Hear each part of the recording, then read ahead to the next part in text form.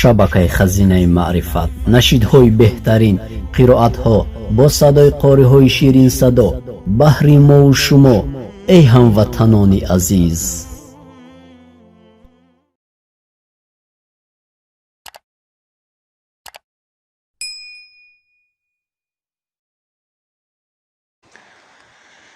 худоро бин ки олам офаридааст, зи хоки тира одам офаридааст, барои санҷиши ҳар бандаи худ ҳазорон ғуссаву ғам офаридааст. ассалому алайкум ва ҳама мардуме ки моро қадр мекунанд, дар шабакаи мо обуна ҳастанд. умедвор ҳастам ки ҳар гӯшаву канори дунё бошед, вақти хуш ва зиндагии хубу осуда дошта бошед.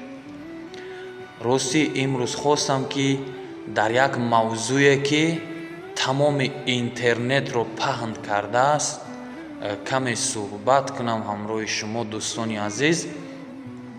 рости чӣ хеле ки мову шумо медонем, якчанд рӯз пеш як бародари мусалмони моро, як бародари тоҷики моро, як бародари дигарамон, як бародари мусалмони дигарамон, якта неву якчандта бародари мусалмони дигарамон бо корт мезана, яъне ки маҷрӯҳ мекунам, маъюб мекунам бародари тоҷики мора. ва дар ин байн ҳама навор кард, ҳама ай фурсат истифода бурд ва мо интизор шудем ки оқибати ҳамин кор чӣ мешавад. ва худованд баракат бита ҳамон бачааке ки ҳамун навора аввалин дараҷа ай пишти ҳамин кор шид, ина чӣ мегӯянд, картак шудан, сум ҷамъ шид, чӣ қадар шид нашид, ҳамон бародарда кӯмак расондан. ва бисёриҳо дар комментарияҳои ма ва дар комментарияҳои бисёре аз бародаромон нависондан ки бародари тоҷикмона задан корча қати нимкӯлакиш кардан, шумо дар кӣ ҷоем блогеро. ва ман хостам ки дар ҳамин бобат каме фикронии хидма ба шумо бирасонам. умедвор ҳастам ки то ахир моро дастгирӣ мекунен, гӯш мекунен ва мақсади асосии моро мефаҳмен ки дар чӣ ҳаст. рости чӣ хеле ки устод диловар сафаров мегӯяд, агар ки аз ҷиҳати қувва бугӯй, аз ҷиҳати баъц бугӯй, аз ҷиҳати қувваозмоӣ бугӯй, ҳар як палвоне ки мо дорем, ҳар як бузбалае ки мо дорем, ҳамин мушта ки мезанад девол чапа мешавад. акун мо метавонем ки мисол ҳамон қадар қуввае дорем ки худмона нишон битем дар ҳамин байн, лекин бозам мегӯям гуфтаи устод диловар сафаров ки чем ай қуввада ақлта хушрӯ истифода бар. ақлта агар ақли расо бошаву фикронии хуб боша, и гапҳои мара нағз дарк мекунен дӯстони азиз. ба ҳамин хотир як кас ки хар шид, як кас дига бояд одам шавад. мисол оно ки беақлӣ кардан, қориҷони моро ба ин ҳол афтодан, мо дар ҳаққи қориҷон дуо мекунем ва чӣ қадаре ки аз дастмон меояд кӯмак мекунем. акун кори карда шуд, коре ки хостанд карданд.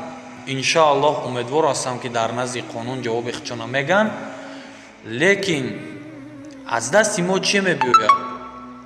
мо бихезем ҳамиҷада ҷанг ташкил кунем, мо бихезем ҳамиҷада мисол боз чӣ мешавад? боз ҳоли тоҷик бад мешавад. мисол да инора бугӯй давлати худшонай, республикаи худшонай. мисол бо гуфтаи ҳамун устод ки боз зуруш ба кӣ мераса? ба маву ту мераса ки дастройка кор мекунем, раҳ мерӯем, мисол дарожникӣ мекунем, ягон чӣ мекунем, боз зуруш да мо мераса, бо мия ай ки ҷои ай тоҷикистон, бо мову шумора мисол вазъиятмона бад мекунам.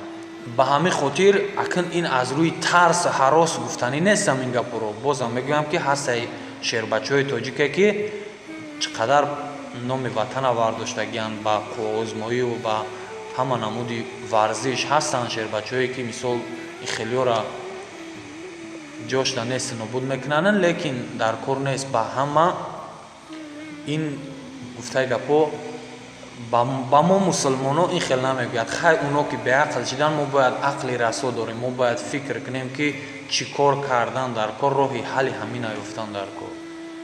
ба ҳамин хотир як кас ки бад шид, як кас дига бо роҳи хуба пеша мекунад. акн кори шидагӣ шид, мо дига агар сади кунем ки кори шидагӣ шид, лекин ҳолам сари вақт аста, ина қориҷон алҳамдулилло ки хуб аста, ина да баленсар наворо шуда ҳамаи ҷо дидем. баъдан як мавзӯи асосие ки бисёро менависанд ки чаро навор накардӣ, ҳамин вориди интернет мешавӣ, кадом шабакае ҳаст, навори ҳамун бародар ҳастай, кадом шабакае даки намедрои, навори ҳамун бародар ҳастай. ба ҳамин хотир мо истодем, фикр кардем ки чӣ бояд кард, роҳи ҳалли ҳамин бародара ёфтан дар кор ва чӣ бояд кард. ҳамун картара ҳӯй кардан хаёна, кадоме ки тонист айдисш чанд қадари омад, ина дастгирӣ кардан дар муддати 12 соат 1,800,000 ҷамъ кардан. мошоалло беҳтарин ҳастай бародарои тоҷики мо ки дастгирӣ мекунанд. иншоалло ҳаргиз ягон тоҷик инҷа да иншоалло ба амри худо хор намешавад.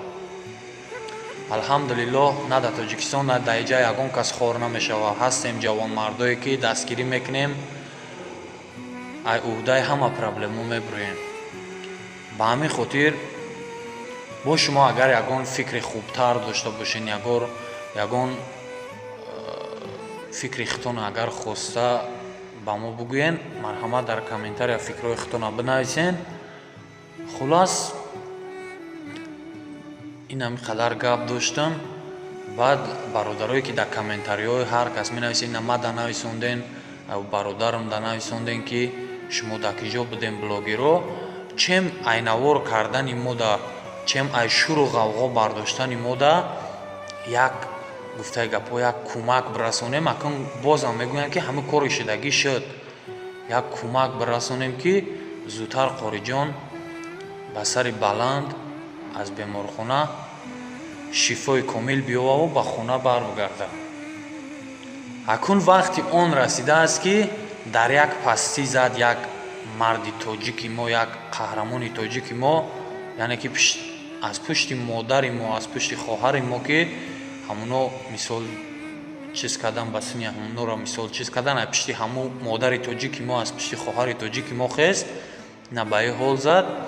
ҳама каса дар ҳаққаш дуо мекунем. иншоалло хчам қори қуръона, иншоалло ина наворо шадидем ки дар ҳаққи ҳамаи мардуме ки кӯмакш кардан, дар ҳаққаш дуо кардан, боз ҳам дуо дод худаш. якун шарт ва зарур нест ки ҳар як мо бихезем навор кунем, ина хела, ина у хела. мисол хай ҳама гапи мефаҳмидагӣ хча гапи гуфтаи гапо мағзи гапи хча гирифт. хулас ҳама якҷо бошем, дӯст бошем, бародар бошем, иттифоқ бошем, дар ҳама пастию баландии якдигар якҷо бошем. иншоалло мо халқи тоҷик халқи қаҳрамон ҳастем. мо халқи тоҷик халқи пурҳунару босаводу боақл ҳастем. иншоалло ба амри худо ақла ки истифода бибарем, ай ҳама мушкилимо мебурем. ба ҳамаи шумо истироҳати бофароғат дар ин ду рӯзе ки ҳаст, истироҳати бофароғат ва таманниёти ман ҳамин аст ки ҳар киҷои дунё бошед, вақти хуш, зиндагии хуб, осуда, боз чӣ гӯям, хулас дар киҷое ки бошен ҳаргиз пароканда набошен, дӯст бошен, бародар бошен, ҳама ҷиҳата дар бари якдигар рост бошен, аз ҳама оҳи дили якдигар огоҳ бошед, аз ҳама хурсандии якдигар огоҳ бошед. чунки мо мардуми тоҷик, боз ҳам мегӯям, мардуми қаҳрамон ҳастем, мардуми номдор ҳастем. агар ки мо таърихи камтар бихонем ки мардуми тоҷик чӣ гуна гузаштагиай, бовар кунед роҳат мекунем, як истироҳат мекунем. хулас гуфтаниёам ба охир расид. фикрҳои худтона дар комментария бинависен. агар имконият дошта бошен, навора ба дӯстонатон равон кунед. худованд ёру мададгори ҳар яки мову шумо бошад. худ ва аҳлу оилаатонро эҳтиёт кунед. худо ҳофиз.